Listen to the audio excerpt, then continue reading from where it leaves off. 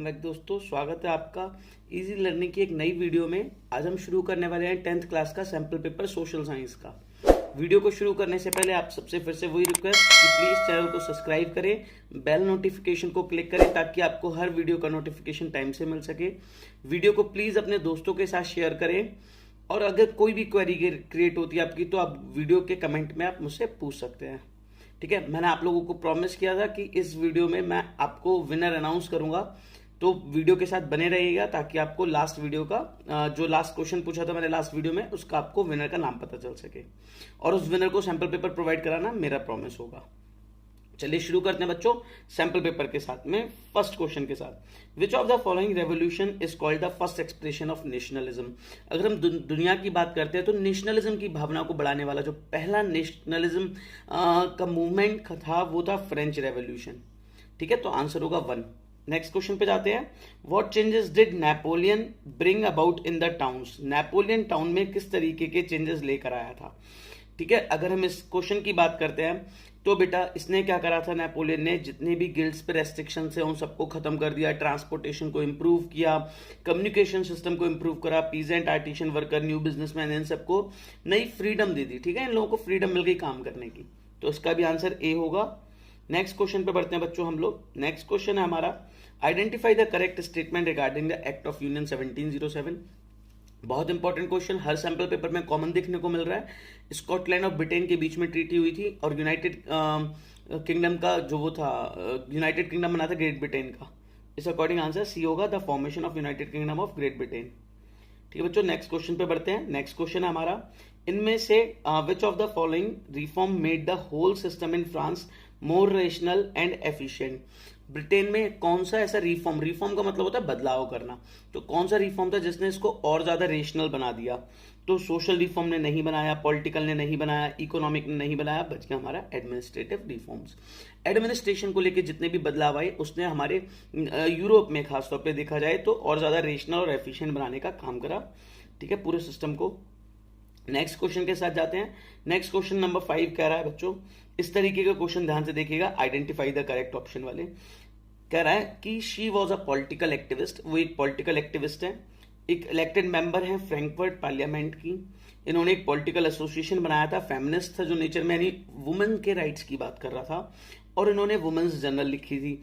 UCP माजिमिनी एक lady नहीं है, फ्रेडरिक सोरियो एक लेडी नहीं है, कॉल वेलकर देखो फ्रैंकफर्ट पार्लियामेंट में एक इलेक्टेड पर्सन थे लेकिन एक मेल थे जो कि फेमिनिज्म के अगेंस्ट थे। इन्होंने बोला था कि औरतों का बायोलॉजिकल जो स्ट्रक्चर होता है आदमी से वीकर होता है तो उनको उतने राइट्स नहीं मिलने चाहिए, तो इन्होंने फेमिनिज्म का अपोज करा था। ये भी नहीं होगा, आंसर होगा ऑटो पीटर।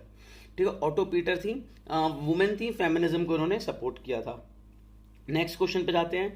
इनमें से which of the following is true with reference और to the climatic condition required for cultivation of sugar cane. बच्चों शुगर केन के लिए बात करते हैं। शुगर केन वहां होता है जहाँ गर्मी ज्यादा होती है या जहां पर बारिश ज्यादा होती है। ठीक है, वेट क्लाइमेट होना चाहिए गर्मी के साथ, तो देखते हैं। ह्यूमिड और वेट क्लाइमेट बिल्कुल सही, गर्मी चाहिए 21 से 27 बिल्कुल सही, बारिश चाहिए 100 सेंटीमीटर से कम बिल्कुल सही, इसे अलग अलग सॉइल में उगाया जा सकता है बिल्कुल सही, तो इसका आंसर हो जाएगा ऑल ऑफ दीज। चलिए नेक्स्ट क्वेश्चन पे बढ़ते हैं बच्चों। Next question number 7, the land which is left uncultivated for more than 5 years. ठीक है, 5 साल से ज्यादा जमीन अगर खाली छोड़ दी गई है उसे हम फैलो लैंड कहते हैं। इस तरीके के कॉन्सेप्ट्स हैं रिसोर्सेज से, ये याद रखिएगा, बहुत इंपॉर्टेंट है, यहां से क्वेश्चन बनेगा ही बनेगा आपका बोर्ड में। नेक्स्ट क्वेश्चन पे जाते हैं बच्चों। जो प्रोसेस है dash and dash go on simultaneously and generally there is a balance between the two. देखो बेटा, मिट्टी का बनना और मिट्टी का इरोजन होना, ये 2 प्रोसेस हैं जो लगातार चलती हैं। मतलब समझते हैं इस बात को, ये एक रॉक है, इस रॉक के ऊपर वेदरिंग हुई, रॉक टूट कर सॉइल में कन्वर्ट हुई, ये सॉइल जैसे बनती जाएगी, ऊपर के जो एजेंट है चाहे वाटर हो गया, विंड हो गई, स्नो हो गया, ये से उड़ा कर ले जाएंगे। ऊपर की मिट्टी उड़ती जाएगी, नीचे से रॉक टूट कर नई मिट्टी बनाती जाएगी, तो इसका आंसर हो जाएगा सॉइल फॉर्मेशन एंड इरोजन। ठीक है, नेक्स्ट क्वेश्चन की तरफ बढ़ते हैं। इनमें से कौन सा कॉमर्शियल फार्मिंग का फीचर नहीं है। ठीक है, कॉमर्शियल फार्मिंग में मॉडर्न इनपुट्स का इस्तेमाल होता है, बिल्कुल होता है भैया। Next, it is used in areas of high population, नहीं, कॉमर्शियल फार्मिंग वहां नहीं की जा सकती जहां पॉपुलेशन ज्यादा है, क्यों? वहां पे जमीन कम बचेगी, और कॉमर्शियल के लिए हमें पता है कि बहुत बड़े पीस ऑफ लैंड की जरूरत पड़ती है। नेक्स्ट क्वेश्चन की तरफ बढ़ते हैं बच्चों। Dash is the scheme introduce by the government of India for the benefits of the farmers. Farmers को बेनिफिट पहुंचाने के लिए कौन सी स्कीम गवर्नमेंट के द्वारा शुरू की गई? मुद्रा योजना एंटरप्रेन्योर्स के लिए, जनधन योजना गरीबों के लिए, फार्मर स्कीम फार्मर के लिए है लेकिन इसका गवर्नमेंट मतलब डायरेक्ट बेनिफिट नहीं है। किसान क्रेडिट कार्ड, किसानों को collateral free short term credit provide करने के लिए कि बिना किसी कोलेट्रल के क्रेडिट कार्ड बन जाएगा इनकी एलिजिबिलिटी के बेसिस पर, फिर ये उस क्रेडिट कार्ड से 50,000 तक का लोन ले सकते हैं, कोई कोलेट्रल की जरूरत नहीं पड़ती, बहुत कम इंटरेस्ट पर। तो ये आंसर होगा। नेक्स्ट क्वेश्चन पे बढ़ते हैं। इनमें से कौन सी कंट्री है जो बेल्जियम के साथ अपना बॉर्डर शेयर नहीं करती है? तो इसके लिए मैं आपको एक ट्रिक बता रहा हूं, ठीक है, ध्यान रखिएगा, ट्रिक याद रखिएगा। बेल्जियम की गर्लफ्रेंड की जीएफ लक्सनी, ठीक है, बेल्जियम की जीएफ लक्सनी। तो लग्जमबर्ग, नीदरलैंड्स, जर्मनी और फ्रांस, ये 4 कंट्रीज हैं जिनका बॉर्डर बेल्जियम को टच करता है, बाकी कंट्रीज का नहीं करता। इस अकॉर्डिंग अगर हम देखेंगे तो इसका आंसर हो जाएगा स्वीडन। स्वीडन का बॉर्डर टच नहीं करता। नेक्स्ट क्वेश्चन कह रहा है consider the following 2 statements of power sharing and select the answer using the codes given below. ठीक है, देखते हैं। पावर शेयरिंग डेमोक्रेसी के लिए अच्छी है, बिल्कुल सही। ये कॉन्फ्लिक्ट को कम कर देती है, बिल्कुल सही। तो दोनों स्टेटमेंट करेक्ट है। नेक्स्ट क्वेश्चन है on the key changes made in the constitution of Belgium was to reduce the power of the central government and give their powers to. देखो बेल्जियम में क्या करा गया, बेल्जियम में सेंट्रल गवर्नमेंट में 50-50% रख दिया, 50% डच स्पीकर्स, 50% फ्रेंच स्पीकर्स। इसके अलावा कॉन्फ्लिक्ट ना क्रिएट हो तो कम्युनिटी गवर्नमेंट बना दी, स्टेट गवर्नमेंट नहीं, रीजनल गवर्नमेंट नहीं, ग्राम परिषद नहीं, कम्युनिटी गवर्नमेंट। आंसर हो जाएगा none of the above. Next question है इनमें से कौन सा पेयर है सब्जेक्ट का जो कि यूनियन लिस्ट में नहीं आता? ठीक है, यूनियन लिस्ट में नहीं आता। कम्युनिकेशन करेंसी सरकार सेंट्रल गवर्नमेंट के हाथ, foreign affair currency central government के हाथ, banking and defence central government के हाथ। लेकिन एजुकेशन एंड मैरिज याद रखो, मैंने जो लास्ट वीडियो में ट्रिक बताई थी, जंगली बच्चे की हमने क्या करा, उसे पढ़ाया लिखाया, हेल्थ इंप्रूव कराई, ट्रेड कराया, शादी करा दी, बच्चा गोद दिला दिया, बच्चों को प्रॉपर्टी दिलाई और डिवोर्स करा दिया। ये सब जाता है कॉन्करेंट लिस्ट में। ठीक है, तो ये कॉन्करेंट लिस्ट का होगा, इसलिए आंसर ए हो जाएगा।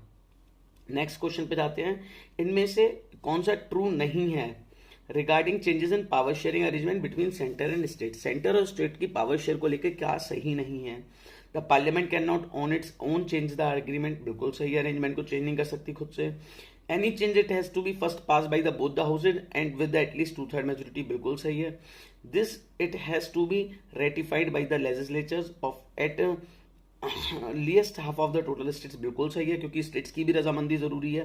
पार्लियामेंट खुद से चेंज कर सकती है, नहीं कर सकती, तो डी आंसर हो जाएगा इसका। नेक्स्ट क्वेश्चन पे जाते हैं। नेक्स्ट क्वेश्चन कह रहा है इनमें से कौन से सब्जेक्ट हैं जो यूनियन और स्टेट गवर्नमेंट दोनों इस पे लॉ बना सकती है, यानी कॉन्करेंट लिस्ट की बात कर रहा है। और कॉन्करेंट में अभी हमने देखा था, जंगली बच्चे को पढ़ाओ लिखाओ और ट्रेड कराओ, तो ट्रेड यूनियन हमारा इसका आंसर हो जाएगा। ठीक है बच्चों, ट्रिक से भी याद रखिएगा इस तरीके की चीजें। नेक्स्ट क्वेश्चन पे जाते हैं हम। हमारा नेक्स्ट क्वेश्चन नंबर 17 है। क्वेश्चन 17 कह रहा है the state which violently demanded that the use of English for official purpose. एक ऐसा स्टेट जिसने वायलेंटली यानी दंगे भड़क गए वहां पर कि हिंदी वहां पर नेशनल लैंग्वेज नहीं होनी है, उन्होंने कहा हम इंग्लिश को ही रखेंगे, ये था तमिलनाडु। इनमें से कौन सा सबसे इंपॉर्टेंट है कंपेयरिंग डिफरेंट कंट्रीज, जिसमें हम देशों को आपस में कंपेयर करते हैं? पर कैपिटा इनकम, ये मैं बहुत बारी वीडियोस में बता चुका हूं, पर कैपिटा इनकम इसका आंसर होगा। नेक्स्ट है the number of children that die before the age of 1 year.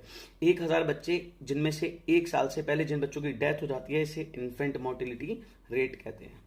Next question है the human development index compares countries based on which of the following. Human development में 3 चीज, health, education, access to resource, तो इसका answer all of these हो जाएगा। Next question है why did the secondary sector became the most important sector. Secondary sector सबसे important क्यों बन गया? क्योंकि लोग यहाँ पे many more goods that were produced in factory eight cheap rates, यहाँ पर बहुत चीप रेट्स में चीजें प्रोड्यूस हो रही थी, एम्प्लॉयमेंट इंक्रीज हो रहा था, तो ये भी सही, ये भी सही। एग्रीकल्चर डिक्लाइन, ये इंपॉर्टेंस थोड़ी ना हुई, तो इसका आंसर हो गया डी। ठीक है, बोथ ए एंड बी। ठीक है, नेक्स्ट क्वेश्चन पे बढ़ते हैं बच्चों।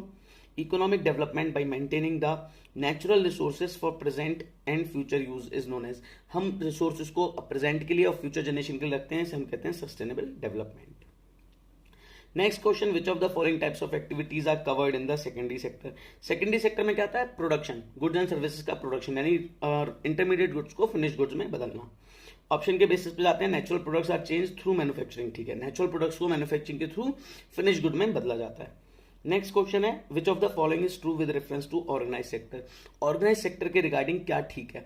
ऑर्गेनाइज सेक्टर कौन सा सेक्टर है, जहां गवर्नमेंट के रूल्स चलेंगे, पेड लीव्स मिलेंगी, टाइम पे वो सैलरी मिलेगी, इसके अलावा मेडिकल लीव्स मिलेंगी, इसके अलावा पेंशन मिलेगा, इसके अलावा वीकली छुट्टी मिलेगी, टाइम पीरियड फिक्स होगा, तो रेगुलर वर्क मिलेगा, एश्योर्ड वर्क मिलेगा, रजिस्टर्ड होगा गवर्नमेंट के through, rules and regulation follow होंगे। इसका मतलब ऑल ऑफ दीज आंसर हो जाएगा। चलिए बच्चों, हमारा सेक्शन वन कंप्लीट हुआ। 24 में से कोई 20 क्वेश्चन करने थे। अगर आपने कुछ नया सीखा, कोई नई चीज याद हुई, आपको आसान लगा सैंपल पेपर सॉल्व करना और मजा आया आपको पढ़ते हुए सोशल, तो प्लीज वीडियो को लाइक करिए, ज्यादा से ज्यादा दोस्तों के साथ शेयर कीजिए, और अगर कोई भी क्वेरी क्रिएट हो रही है तो प्लीज कमेंट करके आप मुझसे पूछ सकते हैं। सेक्शन बी में जाते हैं बच्चों। सेक्शन बी का फर्स्ट क्वेश्चन यानी 25th क्वेश्चन सबसे ज्यादा पूछे जाने वाला क्वेश्चन है। 1804 का सिविल कोड, ये नेपोलियन बोनापार्ट ने बनाया था। इसने क्या करा, rights to all facilities of state by birth, ये खत्म करा था, तो ये नहीं होगा। Did away with all privilege based on birth, ये बिल्कुल सही, जितने भी जन्म के बेसिस पे प्रिविलेज थे उन सबको खत्म कर दिया गया, तो आंसर बी हो जाएगा।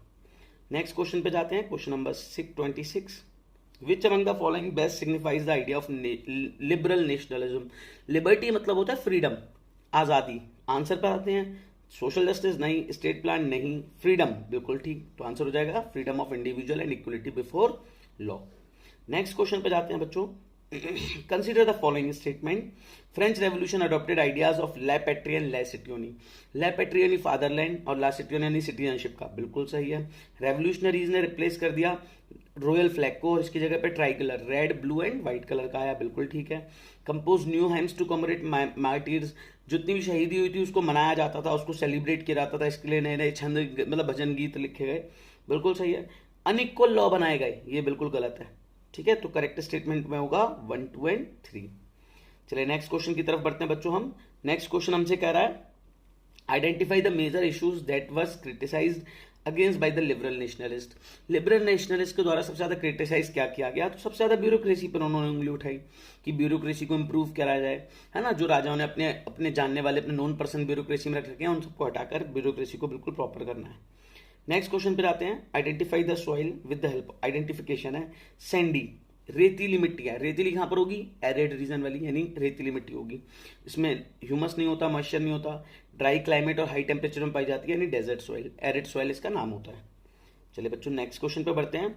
इनमें से रिसोर्स जिसको ओनरशिप के बेसिस पे कैसे क्लासिफाई कर सकते हैं। ओनरशिप पे मेरा हो सकता है, ठीक है, इंडिविजुअल, इसके अलावा कम्युनिटी का हो सकता है, पूरी देश का हो सकता है, इंटरनेशनल हो सकता है, तो C answer. Next question, arrange the following in the correct sequence. बच्चों इस तरीके का जो क्वेश्चन आएंगे, इस क्वेश्चन में फंसिएगा मत। अगर आपको लगता है थोड़ा टिपिकल है, चॉइस में इस क्वेश्चन को छोड़ने पे आप ध्यान दे सकते हैं, ठीक है। इसीलिए ऐसे क्वेश्चन पे ज्यादा देखिए, अगर ये क्वेश्चन तभी कर पाओगे जब आपको कॉन्सेप्ट अच्छे से याद होंगे। देखते हैं बच्चों, हम लोग कॉन्सेप्ट के बेसिस पे देखते हैं। क्वेश्चन कह रहा है इसको रीअरेंज करना है। समिट है जो कि हुआ था अर्जेंट प्रॉब्लम्स को लेकर, रियो कन्वेंशन में ग्लोबल फॉरेस्ट प्रिंसिपल्स और एजेंडा 21 लागू किया गया। असेंबल किए गए लीडर्स को जिन्होंने क्लाइमेट और बायोलॉजिकल डाइवर्सिटी के लिए सबने डिक्लेरेशन बनाया। देखो यहाँ पर बात आई कि कब किया गया, तो शुरुआत होगी 4 से, ठीक है, यानी 4th सबसे पहले होना चाहिए। 4th के बाद में सबमिट था, इसमें क्या पर्पस था, ठीक है। तो 4-1 से शुरू करते हैं, 4-1 आंसर हो गया ए, ठीक है। इस तरीके के क्वेश्चन बहुत ज्यादा मतलब आपको जब प्रॉपर तरीके से पढ़ा होगा तभी आप लगा पाओगे, इसलिए इस तरीके के क्वेश्चन से बचिएगा। चॉइस का यहाँ पर यूज कर सकते हो आप। नेक्स्ट क्वेश्चन की तरफ बढ़ते हैं। इनमें से कौन सी लैंड है जहां पे कल्टीवेशन नहीं कर सकते, खेती नहीं कर सकते, ठीक है बच्चों। अगर यहाँ पे कल्टीवेशन की मना कर रहा है तो क्रॉप जहां पे हो रखी है वहां खेती कर सकते हैं। जहां पर नॉन एग्रीकल्चर है यानी बिल्डिंग बन गई है, रोड फैक्ट्री बन गई, यहां पर खेती नहीं कर सकते, तो आंसर हो जाएगा बी। नेक्स्ट क्वेश्चन है, 2 स्टेटमेंट दे रखे हैं असर्शन रीजनिंग के। कह रहा है कि जो पल्सेज हैं वो रोटेशन के लिए इस्तेमाल की जाती हैं, यानी आज हमने पहले गेहूं लगाया, उसके बाद हमने दाल लगा दी, फिर हमने चावल लगाया, फिर हमने दाल लगा दी, ऐसे लगाई जाती है। तो स्टेटमेंट असर्शन बिल्कुल करेक्ट है। ऐसा क्यों करते हैं? क्योंकि जो दालें होती हैं वो लेगुमिनेसी फैमिली में आती हैं, जिनकी जड़ों में नाइट्रोजन फिक्सेशन बैक्टीरिया होता है, जो एटमॉस्फेयर की फ्री नाइट्रोजन को मिट्टी में घुलने का काम करता है। और रीजनिंग भी हमें ये कह रहा है कि फर्टिलिटी को बढ़ाने का काम करते हैं, तो रीजनिंग भी सही और करेक्ट एक्सप्लेनेशन, यानी आंसर हो जाएगा ए। ठीक है, नेक्स्ट क्वेश्चन पे जाते हैं बच्चों। नेक्स्ट क्वेश्चन हमसे कह रहा है मैच द फॉलोइंग। ठीक है, मैचिंग की बात करते हैं, शुगर केन की बात करते हैं। तो शुगर केन में इंडिया ब्राजील के बाद नंबर 2 पर आता है। टी की बात करते हैं, एक प्लांटेशन क्रॉप है। फाइबर क्रॉप की बात करते हैं, सिल्क और जूट फाइबर क्रॉप है। पल्सेज प्रोटीन का मेन सोर्स है। तो आंसर आप मैचिंग से आप खुद से लगा लीजिएगा। नेक्स्ट क्वेश्चन पे जाते हैं। नेक्स्ट क्वेश्चन कह रहा है हमें इस फोटो को देखकर ये कोई खेती हो रखी है, पहचानने की कोशिश करते हैं। देखो ये कॉटन के फूल जैसे लग रहे हैं। ठीक है, चलो क्वेश्चन को सॉल्व करने का ट्राई करते हैं। किस तरीके की मिट्टी की जरूरत पड़ेगी? ब्लैक सॉइल की जरूरत पड़ेगी। ठीक है, ब्लैक सॉइल यानी रेगोर सॉइल, जो कि इसको ब्लैक रेगोर सॉइल या ब्लैक कॉटन सॉइल के नाम से भी जानते हैं। नेक्स्ट क्वेश्चन पे जाते हैं। ज्वार। बच्चों ज्वार एक खरीफ क्रॉप है। खरीफ क्रॉप है तो बारिश चाहिए। बारिश कितनी? 100 सेंटीमीटर से थोड़ी कम। तो ये दो गलत हो गए। अब आंसर बच गया ये दो में से कोई एक। फिर कह रहा है बोथ सीजन में लगाई जा सकती है। अगर हम इरिगेशन का यूज कर रहे हैं तो दोनों सीजन में लगा सकते हैं, और रेन फेड है तो खरीफ में। कितना टेम्परेचर चाहिए? गर्म चाहिए, लेकिन बहुत ज्यादा गर्म नहीं। तो इसका मतलब 26 से 33, ए आंसर हो जाएगा। नेक्स्ट क्वेश्चन पे जाते हैं। इनमें से मैचिंग है। चलो देखो बच्चों, मैचिंग बहुत इंटरेस्टिंग मैचिंग है। कह रहा है power share among different organs. Organs मतलब लेजिस्लेचर, एग्जीक्यूटिव और जुडिशरी। तो इसे बोलते हैं सेपरेशन ऑफ पावर, यानी पावर का सेपरेशन, शेयरिंग। फिर कह रहा है डिफरेंट लेवल्स के बीच में सेंट्रल गवर्नमेंट और नीचे स्टेट गवर्नमेंट। ये कैसी हो रहेगी? ये फेडरल गवर्नमेंट कहलाएगी। फिर power share between different social group, अलग अलग सोशल ग्रुप के बीच में पावर शेयर कर देना, ये क्या कहलाएगा? ये कम्युनिटी गवर्नमेंट बन जाएगी। और 2 और मोर पॉलिटिकल पार्टीज के बीच में पावर शेयर करना, तो वो सरकार बनाएंगे, कोलिशन गवर्नमेंट यानी गठबंधन की सरकार कहलाएगा। बहुत अच्छा क्वेश्चन था बच्चों, इससे कॉन्सेप्ट बहुत सारे क्लियर हुए हमारे। नेक्स्ट क्वेश्चन की तरफ बढ़ते हैं। नेक्स्ट क्वेश्चन कह रहा है इनमें से कौन सा स्टेटमेंट करेक्ट नहीं है डेमोक्रेसी के रिगार्डिंग। डेमोक्रेसी में सारी पॉलिटिकल पावर पीपल पर होती है, सही बात। डेमोक्रेसी में लोग अपने में से ही सेल्फ गवर्नेंस के लिए लोगों को चुनते हैं, बिल्कुल सही बात। डेमोक्रेसी में हर एक व्यक्ति को मतलब खासतौर पर डाइवर्स ग्रुप की रिस्पेक्ट बनाए रखते हैं, अलग अलग व्यूज को सोसाइटी में प्रमोट करते हैं, बिल्कुल सही। फिर नेक्स्ट कह रहा है in democracy if the power to decide is disperse, यानी बांट दिया जाए पावर को तो टेक क्विक डिसीजन नहीं ले सकते और उन्हें जल्दी लागू नहीं कर सकते। ये स्टेटमेंट बिल्कुल गलत है। ठीक है, एग्जीक्यूटिव और लेजिस्लेटिव के ऊपर है कितनी जल्दी लागू कर सकते हैं, तो ये स्टेटमेंट गलत है। इसका मतलब 1, 2 और 3 करेक्ट हो जाएंगे। यार इनकरेक्ट पूछा हमसे तो 4 हो जाएगा, only 4, C answer. Next question कह रहा है असर्शन रीजनिंग का ही क्वेश्चन है। असर्शन रीजनिंग हमसे कह रही है कि the crude oil reserves are going down, पूरी दुनिया में कम होते जा रहे हैं, बिल्कुल करेक्ट है। ऐसी कंट्री जो कि इंपोर्ट के ऊपर डिपेंडेंट है वहां पे डिमांड लगातार बढ़ेगी, ये भी सही है। लेकिन दोनों में कोई रिलेशन था क्या? कोई रिलेशन नहीं था, तो इसका मतलब आंसर हो जाएगा बी, यानी both assertion and reasoning are true but reasoning is not the correct explanation of assertion. Next question पे जाते हैं बच्चों। नेक्स्ट क्वेश्चन देखेंगे हम लोग। नेक्स्ट क्वेश्चन कह रहा है 40th मैचिंग है।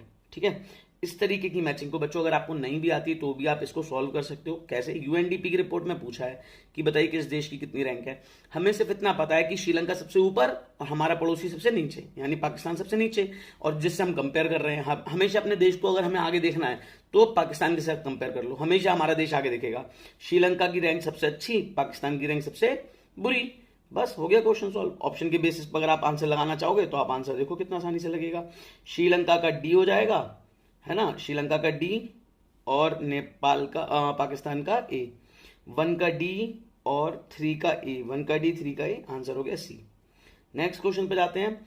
अब जो बच्चों देखो जरा, यहाँ से case based study type question है। ये दे रखा है यहाँ पे इतने इतने बैरल्स रिजर्व है, यहाँ पे कह रहा है इतने ईयर से निकाला जा रहा है। फिर क्वेश्चन कह रहा है, क्वेश्चन है हमसे, क्वेश्चन कह रहा है कि कितने ईयर से क्रूड को मिडिल ईस्ट में निकाला जा रहा है। ठीक है, मिडिल ईस्ट में क्रूड को कितने सालों से निकाला जा रहा है, तो इसको हम देखते हैं। यहाँ पर हमें दे रखा है मिडिल ईस्ट से निकाला जा रहा है 70 ईयर्स से। देखो आप ये 70 ईयर्स में दे रखा है हमें, तो इसका आंसर हो जाएगा बच्चों 70 ईयर्स। चलिए नेक्स्ट क्वेश्चन की तरफ बढ़ते हैं। 70 ईयर्स के बाद 42, Sahil is under nourished as his height is 40 kg और उसका वेट है 1.75। देखो बच्चों, BMI का फॉर्मूला होता है BMI equal to weight in kilogram upon height का स्क्वायर, जो कि मीटर में लगती है। तो 40 अपॉन 1.75 मल्टीप्लाई 1.75, ठीक है। 17 और 18 की मल्टीप्लाई करो, आगे 0.25 जोड़ दो, आंसर आपका यहाँ पे आ जाएगा। और काटने के बाद सॉल्व करोगे तो 13 पॉइंट समथिंग आंसर आएगा। तो 13.06 समथिंग आंसर आएगा। कैलकुलेटर पे करिएगा, कैलकुलेशन की वो क्वेश्चन है। नेक्स्ट कह रहा है Rakesh works in automobile unit in Gurgaon, और कह रहा है कि उसको किसी तरीके की फैसिलिटी नहीं मिलती, हेल्थ इंश्योरेंस, मेडिकल लीव वगैरह। तो कैसे सेक्टर में? अनऑर्गेनाइज सेक्टर में है। अगला क्वेश्चन कह रहा है कि इनमें से कौन सा ट्रू है अनऑर्गेनाइज सेक्टर को लेकर। तो अनऑर्गेनाइज सेक्टर में स्मॉलेस्ट कैटर्ड यूनिट होती है, सरकार के कंट्रोल में नहीं होती, सही बात। रूल्स और रेगुलेशन को फॉलो नहीं किया जाता, बिल्कुल सही बात। वर्कर्स को कम पे दिया जाता है, बिल्कुल सही बात। ओवर टाइम, पेड लीव, ऐसा कोई प्रोविजन नहीं होता, सही बात। इसका मतलब ऑल ऑफ दीज। चलिए बच्चों, नेक्स्ट क्वेश्चन की तरफ बढ़ते हैं। स्टेट 45 असर्शन रीजनिंग क्वेश्चन है। देखिए, the development of agriculture and industry leads to development of service sector. Agriculture और सर्विस सेक्टर जितना डेवलप होगा उतना ही, एग्रीकल्चर और सेकेंडरी सेक्टर जितना डेवलप होगा सर्विस सेक्टर भी उतना डेवलप होगा। बिल्कुल सही स्टेटमेंट है। अब देखते हैं क्यों। प्राइमरी और सेकेंडरी सेक्टर जितना डेवलप होगा तो डिमांड है ट्रांसपोर्ट की, स्टोरेज की, बैंक इंश्योरेंस की बढ़ेगी। असर्शन भी सही, रीजनिंग भी सही और बिल्कुल सही एक्सप्लेनेशन दे रही है। इसका मतलब ए आंसर, ठीक है। इस तरीके से बच्चों असर्शन रीजनिंग को बिकॉज लगा के, असर्शन पढ़ना, बिकॉज लगाना, रीजनिंग पढ़ना, सेंस बन रहा हो, इसका मतलब आंसर आपका ए होगा। नेक्स्ट क्वेश्चन है माधव है, जो कि रेगुलर वर्क नहीं मिल रहा। जब भी रेगुलर वर्क नहीं मिलेगा तो ऑर्गेनाइज तो हो ही नहीं सकता, हमेशा अनऑर्गेनाइज सेक्टर आंसर होगा हमारा, ठीक है। रुको, अनऑर्गेनाइज में भी हमें अनऑर्गेनाइज टर्शरी भी दे रखा है। कह रहा है ही has also has no investment. अब उसके पास इन्वेस्टमेंट भी नहीं है, तो सीधे अनऑर्गेनाइज टर्शरी सेक्टर में, क्योंकि फिर वो सर्विस प्रोवाइड कर रहा होगा। इसके बाद नेक्स्ट क्वेश्चन पे जाते हैं बच्चों। नेक्स्ट क्वेश्चन हमसे सेक्शन सी। चलिए, सेक्शन बी कंप्लीट हुआ बच्चों। अगर आपको कोई प्रॉब्लम है तो आप कमेंट में पूछिए। चैनल को प्लीज सब्सक्राइब करिए, वीडियो को लाइक करिए अगर आपको समझ में आ रहा है, और ज्यादा से ज्यादा दोस्तों के साथ शेयर कीजिए ताकि उनको भी बेनिफिट मिल सके। सेक्शन सी पे जाते हैं बच्चों हम। सेक्शन सी हमसे कह रहा है केस बेस्ड स्टडी है, फ्रेडरिक सोरियो की पेंटिंग है डेमोक्रेटिक एंड सोशल को लेकर, ठीक है। इसके बारे में हमने से पूछा है कि इसके बारे में, चलिए बच्चों इसके क्वेश्चन सॉल्व करने का ट्राई करते हैं अपनी नॉलेज के बेसिस पर। कह रहा है फ्रेडरिक सोरियो ने नेशन को किस बेसिस पे बताया, तो इन्होंने कहा डेमोक्रेसी बेस्ट ऑप्शन है, बिल्कुल सही। सोशल रिपब्लिक मोस्ट डिजायरेबल, बिल्कुल सही। रिपब्लिक शुड बी एस्टेब्लिश, ऐसा नहीं बोला, answer both A and B, ठीक है। सोशल रिपब्लिक की बात करी थी, ना कि रिपब्लिक एस्टेब्लिशमेंट की। आगे कह रहा है artist at the time of French revolution introduce the idea. जो आर्टिस्ट थे उन्होंने क्या करा था, नेशनलिज्म को प्रमोट करने के लिए फीमेल फिगर्स का इस्तेमाल करा था, बिल्कुल सही। लिबर्टी नेसेसरी कॉन्सेप्ट था, बिल्कुल सही। लिबर्टी इंडिस्पेंसिबल है, यानी जिसको अलग नहीं किया जा सकता, बिल्कुल सही। आंसर हो जाएगा all of the above. Next question की तरफ जाते हैं बच्चों। नेक्स्ट क्वेश्चन हमसे कह रहा है 49, identify the people the word of Serero print symbolise. Serero की जो पेंटिंग थी डेमोक्रेसी एंड सोशल रिपब्लिक की, उसमें लोगों को कैसे पहचान सकते हैं। एक तो वो झंडा लेके खड़े हैं तो झंडे की मदद से पहचान सकते हैं, दूसरा उनकी जो नेशनल कॉस्ट्यूम है उसके बेसिस पे पहचान सकते हैं, तो झंडा, नेशनल कॉस्ट्यूम, आंसर हो जाएगा both A and B. Next question है इनमें से कौन सा स्टेटमेंट करेक्टली डिस्क्राइब कर रहा है लोगों के बारे में जो सेरेरो की पेंटिंग में आ रखे हैं, ठीक है। तो पेंटिंग में खड़े हैं लोग, अलग अलग देशों के हैं, तो भाईचारा तो प्रमोट कर रहे हैं कि सारे देश मिलकर रह रहे हैं, तो फ्रेटर्निटी, ठीक है। रेवोल्यूशन नहीं दिखा रहे, रेवोल्यूशन इनएविटेबल है ये भी नहीं दिखा रहे, फ्रेटर्निटी दिखा रहे। नेक्स्ट क्वेश्चन की तरफ बढ़ते हैं बच्चों। 51 है, फ्रेडरिक सोरियो को लेकर ही है कि यूटोपियन सोसाइटी कौन सी होती है, ठीक है बच्चों। यूटोपियन सोसाइटी यानी इतनी आइडियल सोसाइटी जो कि पॉसिबल ही नहीं है, जैसे हमारे इंडिया में रामराज की बात करते हैं। देखो बच्चों, गवर्नमेंट कहती है कि हम रामराज लेकर आएंगे, रामराज इतनी ज्यादा आइडियल कंडीशन है जो कि प्रैक्टिकली पॉसिबल नहीं है। देखो, हम किसी हद तक जा सकते हैं, हम ये सोचें कि पूरी तरीके से रामराज हो जाए, तो इतनी आइडियल कंडीशन अचीव नहीं की जा सकती, आप ये चीज मान के चलो, ठीक है। तो इसका मतलब हो जाएगा हमारा a society that is unlikely to ever exist. आगे बढ़ते हैं। नेक्स्ट क्वेश्चन कह रहा है हमसे the two statements are given, assertion और रीजनिंग का क्वेश्चन है। कह रहा है फ्रेडरिक सोरियो एक फ्रेंच आर्टिस्ट थे, बिल्कुल सही बात है। The artist at the time of French revolution personified liberty as male figure, male नहीं फीमेल, तो रीजनिंग गलत है, आंसर हो जाएगा सी। असर्शन ट्रू है, रीजनिंग फॉल्स है। नेक्स्ट क्वेश्चन पे जाते हैं बच्चों। नेक्स्ट क्वेश्चन हमसे फिर से एक केस बेस्ड स्टडी दे रखी है फेडरलिज्म को लेकर, ठीक है। फेडरलिज्म के बारे में बता रहा है कि फेडरलिज्म में पावर शेयर की जाती है। हम इसको बिना रीड करे क्वेश्चन को अपनी नॉलेज के बेसिस पे लगाने का ट्राई करेंगे। ठीक है, देखते हैं क्वेश्चन है यहाँ से 53 से, what is the inherent significance of the term federalism. Federalism का मतलब क्या होता है, डेमोक्रेसी नहीं, लिबरलिज्म नहीं, पावर को सेंटर अथॉरिटी और स्टेट लेवल में बांटना बिल्कुल सही, तो सी आंसर होगा। फिर नेक्स्ट क्वेश्चन कह रहा है federalism different tears of government govern the same people but each tyre has its own. जो सेंटर और स्टेट होते हैं इनके अपने अपने लोग होते हैं जिन पे ये गवर्न करते हैं और इनका अपना खुद का जुरिस्डिक्शन होता है, तो आंसर हो जाएगा जुरिस्डिक्शन। अपना लेजिस्लेशन, अपना टैक्सेशन, अपना एडमिनिस्ट्रेशन है, ठीक है। न्याय की व्यवस्था भी अपनी अपनी अलग अलग है, सेंटर का जुरिस्डिक्शन अलग और स्टेट का जुरिस्डिक्शन अलग। नेक्स्ट क्वेश्चन पे जाते हैं 55। क्वेश्चन कह रहा है the existence and authority of the each tier of government is in federalism. जो एक्सिस्टेंस है वो कौन बताएगा कि हाँ स्टेट गवर्नमेंट की पावर, सेंट्रल गवर्नमेंट की पावर, ये बताएगा कॉन्स्टिट्यूशन, यानी कॉन्स्टिट्यूशनली गारंटेड। नेक्स्ट क्वेश्चन पे जाते हैं बच्चों। नेक्स्ट क्वेश्चन हमसे कह रहा है which has the ultimate power to interpret the constitution. Constitution को इंटरप्रेट करने की पावर किसके पास है, सुप्रीम कोर्ट, सबसे बड़े कोर्ट के पास ये पावर है जो कॉन्स्टिट्यूशन को इंटरप्रेट कर सकता है, ठीक है। नेक्स्ट क्वेश्चन पे जाते हैं बच्चों। नेक्स्ट क्वेश्चन हमसे कह रहा है federalism is a form of power sharing, which form of power sharing is most commonly referred to as federalism. किस तरीके की बेटो, देखो अगर हम बात करते हैं सेंट्रल गवर्नमेंट ऊपर और स्टेट गवर्नमेंट उसके नीचे, फेडरलिज्म में सेंट्रल गवर्नमेंट के पास पावर होती है, उसके नीचे स्टेट गवर्नमेंट के पास पावर होती है, तो ये वर्टिकल हो गया, ठीक है। तो ये वर्टिकल डिवीजन ऑफ पावर आ जाएगा। नेक्स्ट क्वेश्चन पे जाते हैं। फेडरलिज्म एक ऐसा सिस्टम है गवर्नमेंट का जिसमें पावर डिवाइड की जाती है सेंट्रल और अथॉरिटी के, स्टेट के बीच में। इसमें से कौन सा फेडरलिज्म का फीचर नहीं है, दो और दो से ज्यादा सरकार होती है, बिल्कुल सही। डिफरेंट ईयर की गवर्नमेंट सेम सिटीजन्स को गवर्न करती है, ऐसा नहीं, अलग अलग सिटीजन्स को करती है। चलो आगे बढ़ते हैं। Sources of revenue for each government specified, बिल्कुल सही। सेंट्रल गवर्नमेंट कैन ऑर्डर, बच्चों देखो एक बार को ये हो सकता है क्योंकि सेंट्रल और स्टेट के लोग एक हो सकते हैं, देश के लोग एक ही होंगे, लेकिन सेंट्रल गवर्नमेंट स्टेट गवर्नमेंट को ऑर्डर नहीं दे सकती, दोनों का जुरिस्डिक्शन अलग अलग है। नेक्स्ट क्वेश्चन पे जाते हैं। मैप के बेसिस पे क्वेश्चन है, ये रहा आपका पॉइंट ए, ये रहा पॉइंट बी, ठीक है। पॉइंट ए देखो बच्चों यहाँ पे कहीं आंध्र प्रदेश में है, पॉइंट बी ये गुजरात स्टेट है। क्वेश्चन देखते हैं सीधे। क्वेश्चन कह रहा है हमसे एक डैम है, ठीक है, तो ये कौन सा डैम हो सकता है बच्चों। जो आंध्र प्रदेश की बात करता हूं तो यहाँ पे एक नदी बहती है, आपको ट्रिक भी बताता हूँ। नदी है कृष्णा नदी, उस पे डैम है नागार्जुन कोंडा। अगर आपको याद रखना है नागार्जुन सागर, सॉरी याद रखना है तो ट्रिक याद रखना, एक नाग था यमुना नदी पर जिसपे डांस किसने करा था, कृष्णा ने। तो कृष्णा ने नाग पे डांस करा, तो कृष्णा रिवर नागार्जुन सागर डैम, ठीक है। तो इसका आंसर हो जाएगा नागार्जुन सागर डैम, आंध्र प्रदेश में है। नेक्स्ट क्वेश्चन है हमसे पूछ रहा है मैप का कि बी एक ऐसा स्टेट है जहां पर ये लीडिंग स्टेट है कॉटन उगाने में, कॉटन में सबसे ज्यादा गुजरात, हमने स्टेट का नाम वैसे ही जानते थे हम, ठीक है बच्चों। ये हो गया हमारा सैंपल पेपर कंप्लीट। अगर आपको सैंपल पेपर में कुछ नया समझ में आया तो आप कमेंट में पूछ सकते हैं। आप चैनल को प्लीज, मेरी सबसे रिक्वेस्ट है कि चैनल को प्लीज सब्सक्राइब करिए, वीडियो को लाइक कीजिए। आप वीडियो देखते हो, व्यू